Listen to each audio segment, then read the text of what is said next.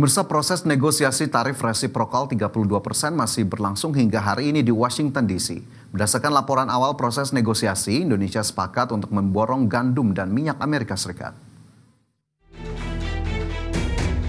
Menteri Koordinator Bidang Perekonomian Erlangga Hartarto beserta tim negosiasi masih dalam proses negosiasi kebijakan penerapan tarif resiprokal 32% oleh Presiden Donald Trump.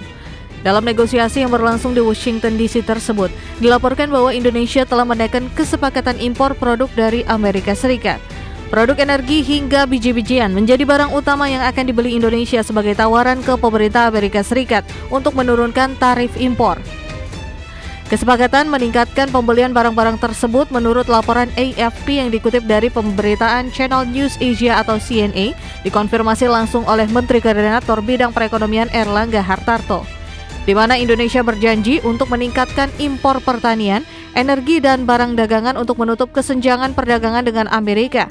Bahkan telah dicapai kesepakatan senilai 1,25 miliar dolar Amerika atau sekitar 20,1 triliun rupiah untuk membeli lebih banyak gandum Amerika. Pemerintah sendiri cukup optimis upaya negosiasi dan diskusi bisa menghasilkan administrasi kesepakatan dengan Trump untuk menurunkan tarif.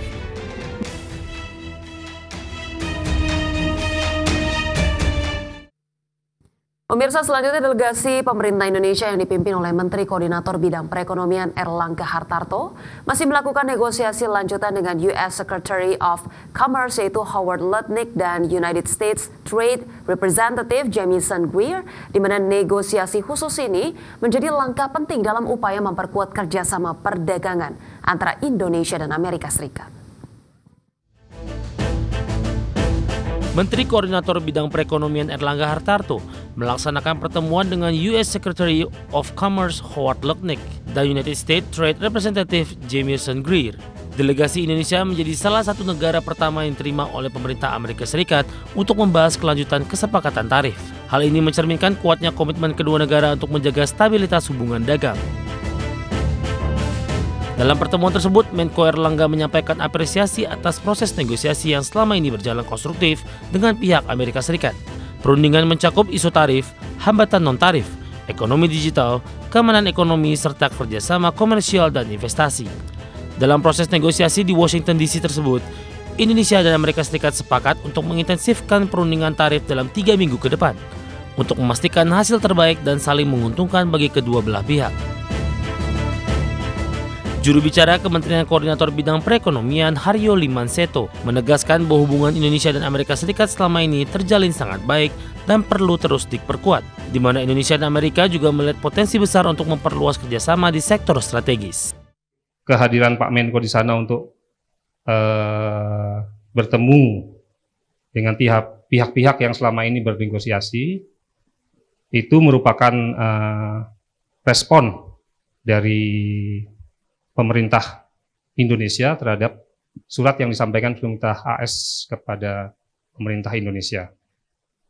Karena dari surat tersebut kami melihat masih tersedia ruang untuk merespon. Dan dijadwalkan juga baru dimulai tanggal 1 Agustus. Jadi pemerintah Indonesia dalam hal ini akan mengoptimalkan kesempatan yang tersedia demi kepentingan nasional ke depan.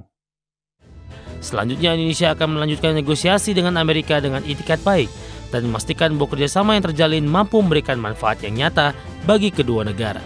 Dari Jakarta, Tim Liputan ADX Channel. Ya, berikutnya pemirsa, Menteri Keuangan Sri Mulyani Indrawati menilai harusnya lembaga multilateral seperti Organisasi Perdagangan Dunia atau WTO, Perserikatan Bangsa-Bangsa, Dana Moneter Internasional atau IMF, hingga Bank Dunia harus bisa berperan aktif mengatasi perang dagang yang tengah ditetapkan ataupun diterapkan Presiden Donald Trump. Di mana Menteri Keuangan Sri Mulyani menegaskan bahwa kebijakan tarif resiprokal Amerika terhadap 14 negara termasuk Indonesia bisa berdampak menimbulkan ancaman dan gejolak perdagangan global. Terlebih lagi perang tarif ini membuat situasi global sangat tidak stabil atau volatile dan cukup kompleks bagi perekonomian global. Untuk itu Indonesia menyarankan agar lembaga-lembaga multilateral tersebut bisa segera menyelesaikan sengketa kebijakan tarif timbal balik resiprokal sepihak Donald Trump. Seluruh dunia, karena ini lebih dari 89 negara akan terkena, makanya proyeksi ekonomi dunia menjadi melemah karena karena adanya langkah tersebut. Menko Perekonomian beserta menteri terkait sudah mulai dan terus melakukan komunikasi dengan pemerintahan Amerika Serikat. Di sana sendiri juga terdiri dari beberapa kementerian, Bapak.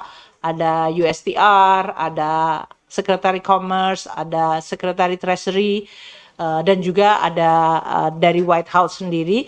Maka kita berkoordinasi dan berkomunikasi dengan mereka. Kita berharap kita akan tetap mendapatkan hasil. Ya, kalau berbicara soal negosiasi antara Indonesia dan Amerika Serikat yang kembali berlangsung ya, Cak, rasa-rasanya kok saya tadi agak sedikit sepaham atau setuju dengan apa yang diungkapkan oleh ekonom ya, Cak, ya, bahwa sepertinya tidak perlu lagi Indonesia untuk kemudian mengobrol sisi-sisi lain yang kemudian bisa ditawarkan ke Amerika Serikat, karena apa yang ditawarkan saja kemarin sepertinya belum bisa memenuhi apa yang diinginkan Amerika Serikat, terutama terkait dengan pengurangan defisit perdagangannya, sehingga ya mungkin bisa lebih bijaksana lagi untuk kemudian agak bergeser sedikit, mencari pasar-pasar lainnya untuk kemudian bisa difokuskan daripada terlalu terjebak terkait dengan negosiasi ini. Iya, karena rasanya udah apa ya, kalau orang bilang jor-joran gitu ya. Udah kemudian melakukan impor minyak jauh lebih banyak, kemudian juga terkait dengan peningkatan investasi di Amerika Serikat melalui Danantara sudah dilakukan, tapi nggak ada perubahan juga begitu ya. Kita harapkan begitu, betul tadi dikatakan Fajar, jangan hanya kemudian mengandalkan Amerika Serikat semata, tapi mungkin dalam jangka menengah diversifikasi ekspor ke negara-negara tujuan lainnya bisa ditingkatkan, karena jangan sampai mati-matian bernegosiasi dengan Amerika Serikat juga melemahkan posisi ataupun daya tawar Indonesia ke depannya begitu. Tetap harus punya stand sendiri lah ya gitu. Ya, jadi dignity ya sebagai bangsa Indonesia juga tetap harus dipertahankan. Pemirsa, terima kasih Anda masih bersama kami. Pemirsa, Menteri Badan Usaha Milik Negara Erick Thohir meminta usulan anggaran 604 miliar rupiah untuk anggaran tahun 2026. Alokasi anggaran tersebut akan digunakan untuk mendukung program kerja Kementerian BUMN dan mengawal penugasan pemerintah. Dalam rapat kerja dengan Komisi 6 DPR RI, Menteri Badan Usaha Milik Negara Erick Thohir meminta usulan anggaran 604 miliar rupiah untuk Kementerian BUMN di tahun 2026. Alokasi anggaran tersebut nantinya akan digunakan untuk mendukung program kerja Kementerian BUMN dan mengawal penugasan pemerintah serta membantu kegiatan Danantara. Erick memastikan Kementerian BUMN bersama Danantara telah berkomitmen untuk meningkatkan performa BUMN. Salah satunya dengan memperkuat koordinasi dalam pengangkatan direksi serta komisaris BUMN.